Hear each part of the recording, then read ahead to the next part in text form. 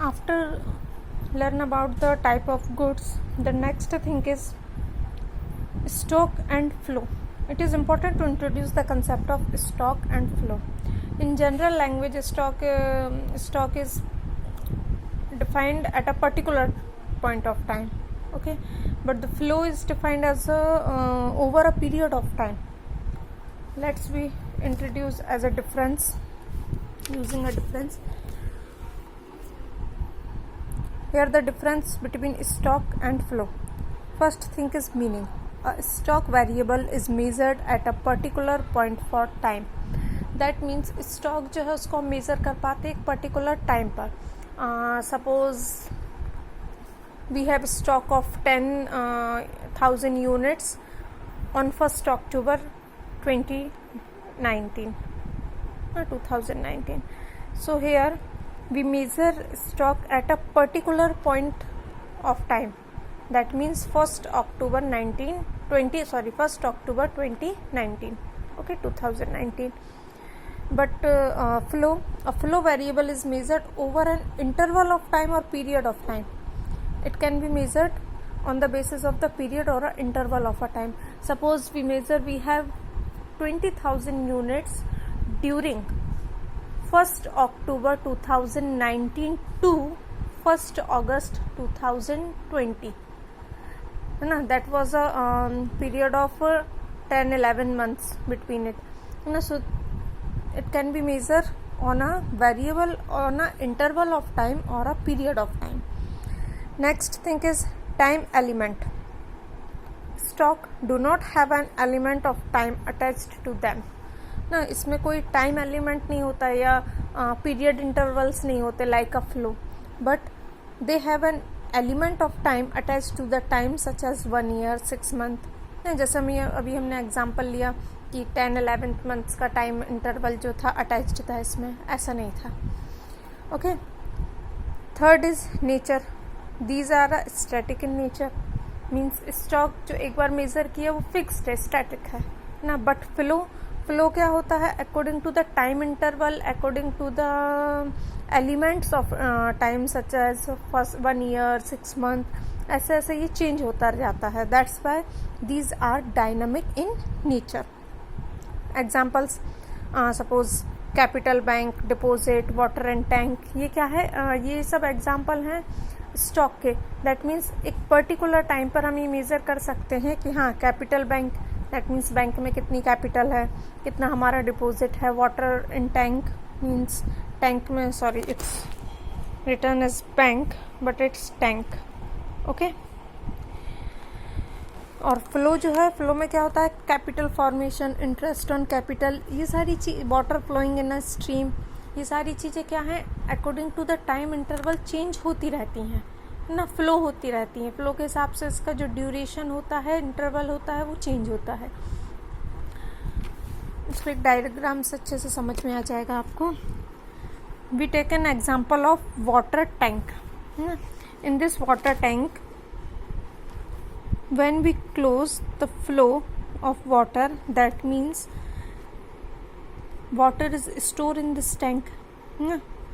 So when the water is stored, it is called stock. हम कह सकते हैं कि हाँ इसमें जो है 500 ml वाटर है ना, 500 ml वाटर है. दैट मीन्स ये हमारे पास स्टॉक है, हमारे पास at a time 500 ml water present है. Okay, when we start flowing this water from this tank, then it is suppose in 1 hour tank is empty. Tank जो है वो खाली हो जाएगा, 1 घंटे में खाली हो जाएगा. So the time interval of flow is 1 hour ना. 1 घंटा जो है वो क्या है? टाइम इंटरवल है. दैट मीन्स ये जो वाटर है यहाँ से फ्लो हो रहा है. Just like that, capital is also introduced on the basis of this example.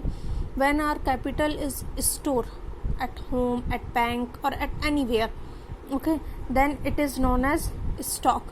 And when we start using it for any other work, then it's started flow. Okay. Understand? So after stock and flow, our next topic is investment. Net investment. What is investment? Investment is like something that we invest or input for doing any work, है ना. जैसे हम कोई भी एक business start करना, तो business start करने के लिए आप पहले उसमें इन्वेस्ट करते हैं. दैट मीन्स कैपिटल इन्वेस्ट किया, है ना. मशीन्स, बिल्डिंग, ये सारी चीज़ें हम जब उसमें इनपुट करेंगे, जब हम उसमें इनपुट करने के बाद प्रोडक्शन प्रोसेसिंग करेंगे, देन आफ्टर इट हमको आउटपुट जो है वो मिलेगा, है ना. सो इन्वेस्टमेंट क्या है? इन्वेस्टमेंट मतलब हम जो पहले से जो हम हमारे प्रोडक्शन वर्क में जो चीज़ इनपुट कर रहे हैं वो इन्वेस्टमेंट होता है. ठीक है. सो net investment, how can we calculate net investment? Net investment can be calculated as net investment equals to gross investment minus depreciation. Okay, so question is arise, what is gross investment and what is depreciation? So first thing is gross investment, that part of our final output that comprise of capital goods constitute gross investment of an economy. These may be machines, tools, implements, building, office space, storehouse or infrastructure like this. Okay. A part of the capital goods produced this year goes to replacement of the existing capital goods.